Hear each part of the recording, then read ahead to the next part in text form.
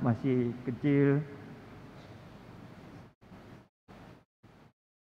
sekolah rakyat itu punya anjing.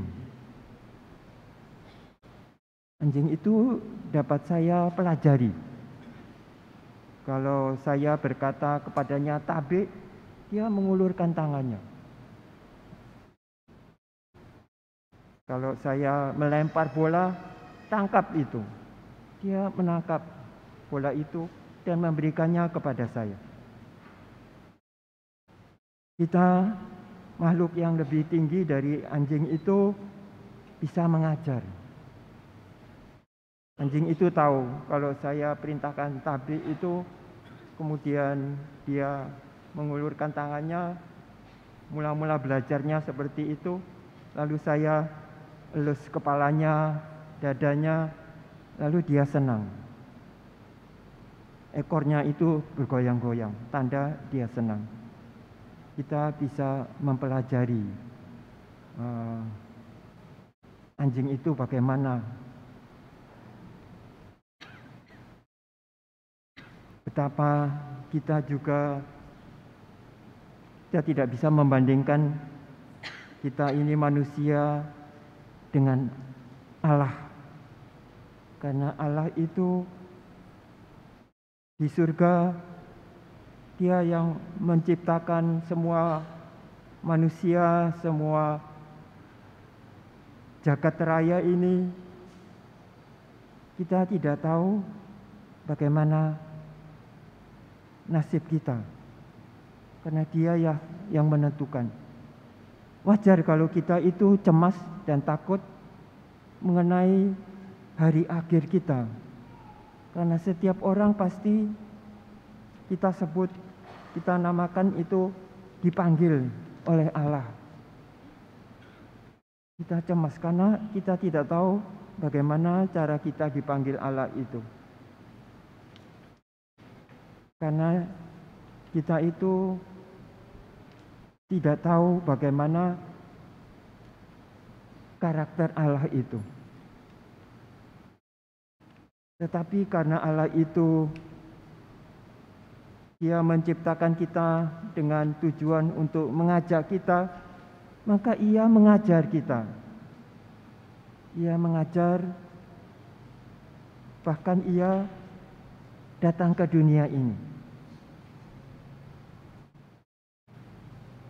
Yesus itu pada akhirnya kita tahu Kristus, menjadi Kristus yang disalibkan bagi kita itu, selama masa hidupnya mengajar kita. Untung ada penulis Injil yang menuliskan apa yang dikerjakannya, apa yang dikatakannya selama Ia di dunia ini. Kalau Allah itu tidak datang ke dunia, kita tidak tahu bagaimana kehendak dan rencana Allah itu bagi setiap orang. Dia menciptakan setiap orang itu dengan suatu tujuan, rencana. Ia hendak menjadikan manusia itu juga bagian dari kerajaan surganya.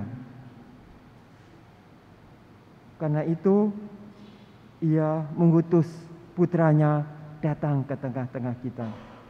Kita percaya itu karena apa yang diperbuat Yesus sepanjang hidupnya. Dia sampai hanya usia kira-kira 33 tahunan. Selama 3,5 tahun terakhir, Ia mengajar berkeliling, mewartakan kerajaan Allah supaya manusia bertobat. Dan setiap yang dikerjakannya itu, untung ada yang menulisnya, sehingga kita lalu tahu. Penulisnya itu dibantu oleh Allah sendiri dengan Roh Kudus untuk menuliskannya bagi kita di masa sekarang ini. Penulis itu percaya bahwa apa yang ditulisnya itu benar, dan apa yang ditulisnya itu merupakan pikiran-pikiran Allah, pikiran rencana Allah dan apa yang dibuatnya selama di dunia ini. Karena itu barang siapa ingin menyelami kehendak dan rencana Allah itu, selamilah tulisan-tulisan mengenai Dia.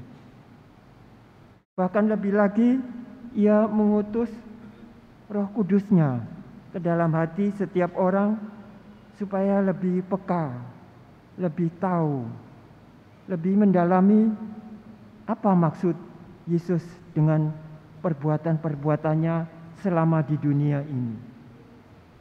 Jika kita menyelami Dia, Tuhan Allah itu akan memberi kepada kita pengajarannya, sehingga kita tahu apa yang dapat kita buat untuk Dia, karena hati kita itu dikaruniai Roh Kudus.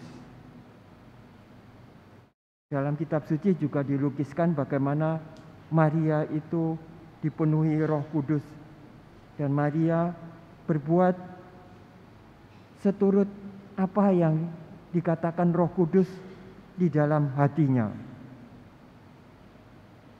Kehendak Allah itu setahap demi setahap dipelajari oleh Maria. Setiap kali melihat peristiwa yang dilakukan putranya itu, Maria merenungkan itu di dalam hatinya. Lalu dia tahu sepenuhnya bahwa putranya ini adalah anak Bapa di surga. Begitu juga dengan kita ini. Sungguh kita ini, kalau tidak Allah itu yang mengajar turun ke dunia ini untuk mengajar kita, kita tidak pernah akan tahu bagaimana keadaan kita, baik sekarang ini maupun kelak.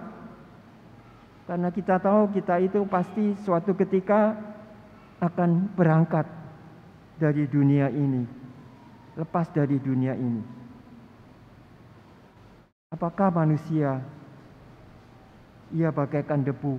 Tadi Mazmur itu sudah mengatakan kepada kita, makhluk yang fana ini dari debu, berasal dari debu, dan akan tersebar sebagai debu ketika angin menebarkan debu itu. Karena tubuh kita ini berasal dari debu.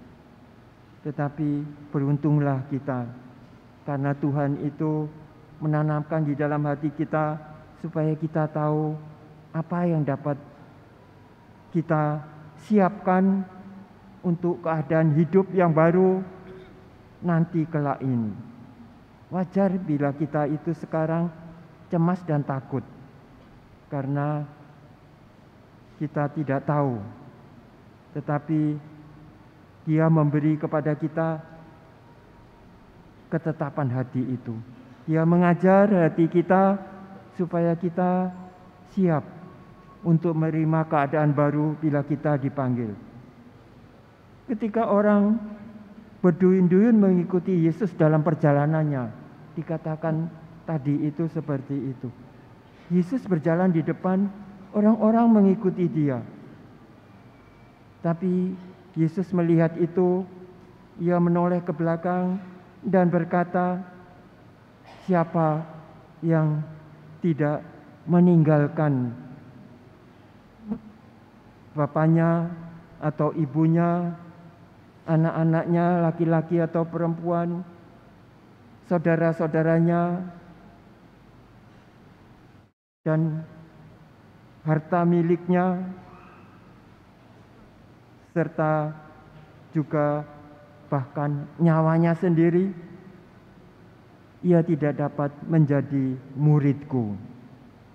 Yesus itu datang untuk mengajar kita, dan Ia ingin menanamkan dalam hati kita kepercayaan iman itu, supaya kita tidak lagi takut atau cemas, karena Dia menunggu kita. Tapi Ia Ia memberi kita kriteria, syarat untuk mengikuti Dia.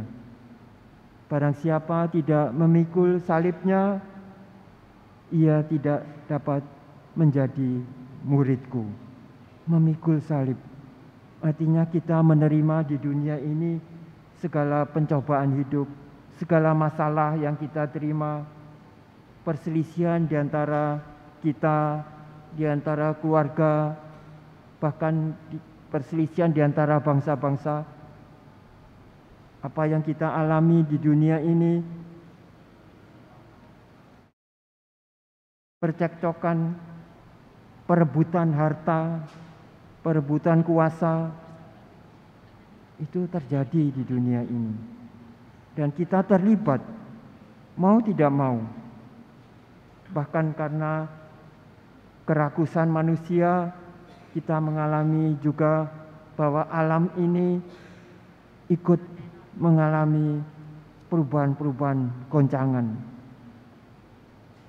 1 derajat Celcius saja suhu udara di bumi ini naik 1 derajat, itu sudah menyebabkan air laut itu sudah naik setinggi berapa meter, saya lupa itu. Karena salju di kutub atau di pegunungan Himalaya itu sudah kelihatan. Padahal manusia itu harus hidup di dunia ini, di bumi ini, disuruh memelihara bumi ini, tetapi kita satu dengan lain berebutan kuasa. Tetapi beruntunglah karena Yesus berkata, setiap orang yang memikul salibnya, ia akan mendapatkan balasannya. Kita beruntung dengan itu, lalu kita tahu bahwa Allah itu memperhatikan. Seperti orang yang berduyun-duyun itu, Yesus melihat itu dan berkata, waspadalah,